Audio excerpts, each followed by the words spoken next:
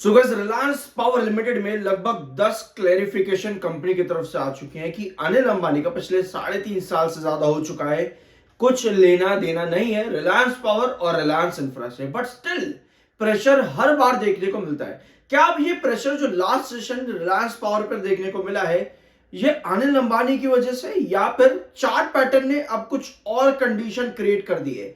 आने वाले 2 सेशन हम लोगों के लिए बहुत ज्यादा जरूरी रहेंगे। क्यों? अगर आपने कोई भी 10-15 कोई वीडियो नहीं देखा रिलायंस पावर का, आज तक पहली बार इस चैनल पर आए हो तो ध्यान से इस क्लिप को सुनना।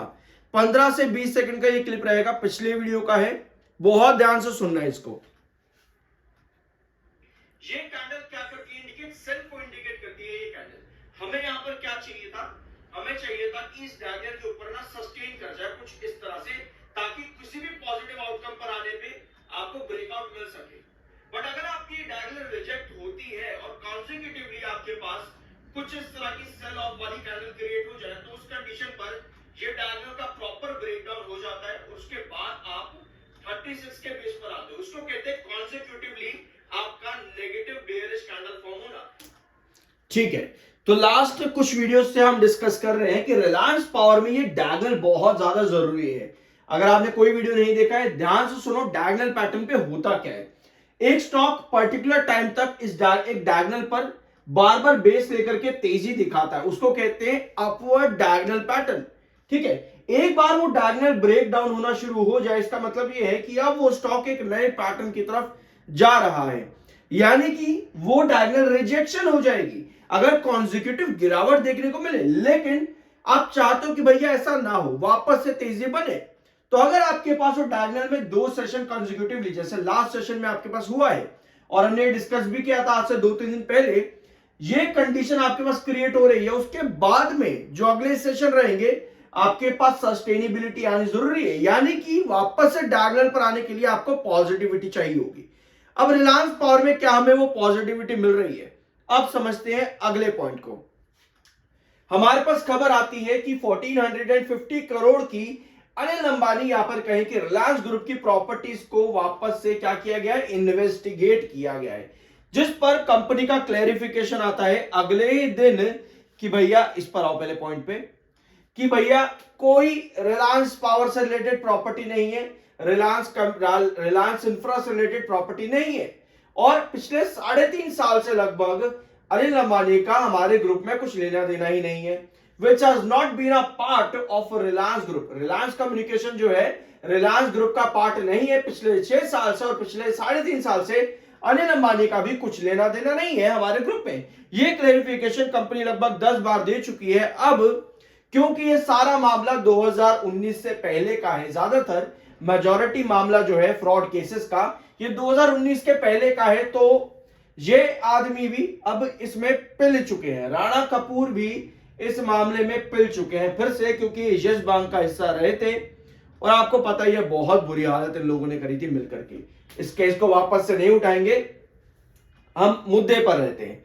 ठीक है, तो कंपनी ने क्लैरिफिकेशन दे दिया है, 10वीं बार लगातार ये क्लैरिफिकेशन लगभग कंपनी की तरफ से है यहां पर। और आगे आते हैं, कंपनी ने यहां पर और क्या बताया है, जो भी ऑर्डर शीट के अंदर आपके ऑपरेशंस हुए हैं और जो अटैचमेंट ऑफ प्रॉपर्टीज आया है, उसका रिलायंस पावर या रिलायंस इंफ्रा के ऊपर कुछ लेना देना नहीं है, और इन सब का कंपनीज के ऑपरेशन पर या कंपनी के मैनेजमेंट या ग्रोथ पर कोई इफेक्ट नहीं पड़ेगा। और ये कंपनी के 50 लाख शेयर होल्डर्स को ये कंपनी बताना चाहती है, रिलायंस पावर। ये एक पॉजिटिव स्टेटमेंट है, और ऑलमोस्ट हर बार जब भी रिलायंस पावर ने इस तरह का स्टेटमेंट या क्लेरिफिकेशन दिया है, हर बार वापस से रिकवरी देखने को मिली है। लेकिन इस बार ऐसा नहीं हुआ। क्यों? क्योंकि कई बार क्या होता है ना, जब भी कोई कंपनी, क्योंकि मामले पुराने हैं सारे, अभी आपने रिसेंटली एक अपडेट में देखा होगा पिछले हफ्ते कि कुछ प्रॉपर्टीज और जब्त की गई थी, लगभग 1300 करोड़ के आसपास की थी, जिसमें कुछ प्रॉपर्टीज रिलायंस इंफ्रा से रिलेटेड थी, कुछ प्रॉपर्टीज। ठीक है, इसका कंपनी पर क्लैरिफिकेशन भी दिया था इस पॉइंट पर कंपनी ने, पिछले हफ्ते की खबर है लगभग। ये मामले सारे पुराने हैं और अनिल अंबानी उस समय कंपनी का हिस्सा थे। तो दिक्कत यह है कि इन्वेस्टर्स कई बार क्या होता है ना, स्पेक्युलेटिव हो जाते हैं कि भैया कोई मामला निकल करके इस पर भी अगर आ जाए, क्योंकि सारे पुराने मुद्दे हैं, तब क्या होगा।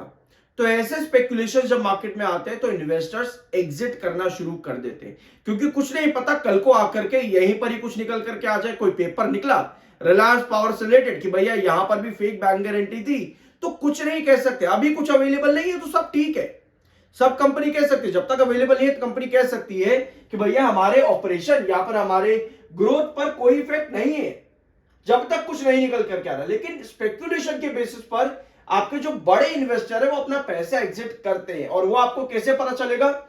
मार्केट कैप की हिस्ट्री उठा करके देखना, पिछले 6 महीनों के अंदर रिलायंस पावर का मार्केट कैप कैसे चला है, आपको वहां से पता चलेगा। क्योंकि म्यूचुअल फंड, एफआईएस, डीआईएस, इनका डाटा आपको पता कब दिखता है? 1 महीने के बाद में। यानी कि अगर आपको दिखे कि एक बार रिलायंस पावर का ना एफआईएस का डाटा देखते हैं, ठीक है, अभी हमारे पास सितंबर का डाटा अवेलेबल है, जहां पर नजर आता है कि आपके एफआईआई ने सितंबर के टाइम फ्रेम यानी कि जुलाई से लेकर के 30 सितंबर के बीच में खरीदारी करी है। कितने? 0.16% की 0.16% की खरीदारी करी है एफआईआई ने। यह डाटा आपके पास सितंबर 30 तक का है। यानी सितंबर 30 के बाद में एफआईआई ने क्या किया है, आपको अभी तक आज की 22 तारीख तक नवंबर की आपको कुछ अता पता नहीं है। समझ रहे हो? तो जब वो डाटा आएगा आपको पता लगना शुरू हो जाएगा कि कहीं ना कहीं इन सभी खबरों का इंपैक्ट ना अब एफआईआई अपने ऊपर लेने लग गए हैं। तो हमें इन सब चीजों को देखना होता है ध्यान से। हमारा पैसा है, हमें अपने पैसों को इज्जत देनी आनी चाहिए। हमारा इन्वेस्टमेंट है, हमें अपने इन्वेस्टमेंट को इज्जत देनी आनी चाहिए। और वो इज्जत हम कैसे देंगे? अच्छा रिसर्च करके। ठीक है, वापस आते हैं आपके पॉइंट पर। तो ये कंपनी की तरफ से क्लेरिफिकेशन है। क्या और कुछ इसमें है समझने लायक? नहीं। कंपनी ने साथ में ये भी कहा है कि भैया ये दोनों ही एंटिटीज रिलायंस पावर और रिलायंस इंफ्रा जो है ये डेट फ्री हैं। ये भी एक पॉजिटिव स्टेटमेंट कंपनी की तरफ से है।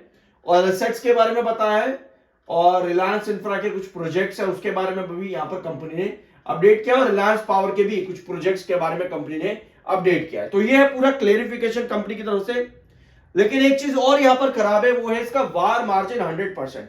ये मैं आपके साथ लगभग 50 बार अब डिस्कस कर रहा हूं कि वार मार्जिन 100% होना एक वॉलेटिलिटी का इंडिकेशन होता है। और यही वॉलेटिलिटी रिलायंस पावर में आपको तब से मिल रही है जब रिलायंस पावर 52 के पास था, तभी से इसका वार मार्जिन 100% लगातार बना हुआ है। एक सेशन तेजी, अगले सेशन गिरावट, फिर रिकवरी, फिर गिरावट। इसी तरह से मोमेंटम चलता है जब भी आपका वार मार्जिन अच्छा हो। अभी टेक्निकल्स आपके न्यूट्रल है। मुझे पर्सनली लगता है कि ये रिलायंस पावर ने इस समय बुलिश टेक्निकल्स पर बार बार रिकवरी देता है। छोटी छोटी जो रिकवरी आती है, जैसे रिसेंटली आप अगर चार्ट पर देखोगे तो आपको नजर आएगा कि छोटी छोटी रिकवरी जो आपको मिली है ना रिसेंटली, वो हमेशा बुलिश टेक्निकल्स पर मिली है। फिर चाहे आप 44 से लेकर के 47.50 ये वाली रेंज में अगर आप यहां पर देखोगे तो अब हम आ चुके हैं जो हमने पिछले कुछ वीडियोस में डिस्कस किया है, सेल ऑफ। ये सेल ऑफ पिछले 2 सेशन में बना है और ये डायगोनल ब्रेकडाउन हो चुका है।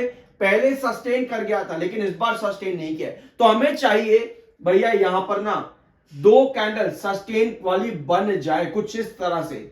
अगर ये कैंडल बनती है तब भी आप यहां पर एंटिसिपेट कर सकते हो कि वापस 44 आएगा, क्योंकि 44 आना भी जरूरी है। अदरवाइज गिरते हुए रिस्ट्रिक्शन के बेसिस पर ये stock downward edges pattern create कर देगा।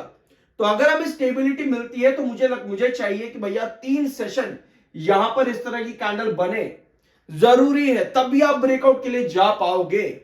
अदरवाइज इस डायगोनल का रिजेक्शन जो कि पिछले 1.5 साल में नहीं हुआ था वो अब हो रहा है 1 बार, 2 बार, 3 बार, 4 बार, 5 बार, 6 बार भी, और अब 7वीं बार है कि ये स्टॉक अपनी इस डायगोनल को रिजेक्ट करके नीचे जा रहा है। तो हमें यहां पर रिकवरी चाहिए इस तरह की, ताकि आप वापस 44 पर जाओ, क्योंकि ये डायगोनल का रिजेक्शन बनना मतलब कि नेगेटिव सेंटीमेंट क्रिएट होना है, जिसमें 36 आपका क्रूशियल बेस है। तो ये कंडीशन इस समय रिलायंस पावर लिमिटेड की।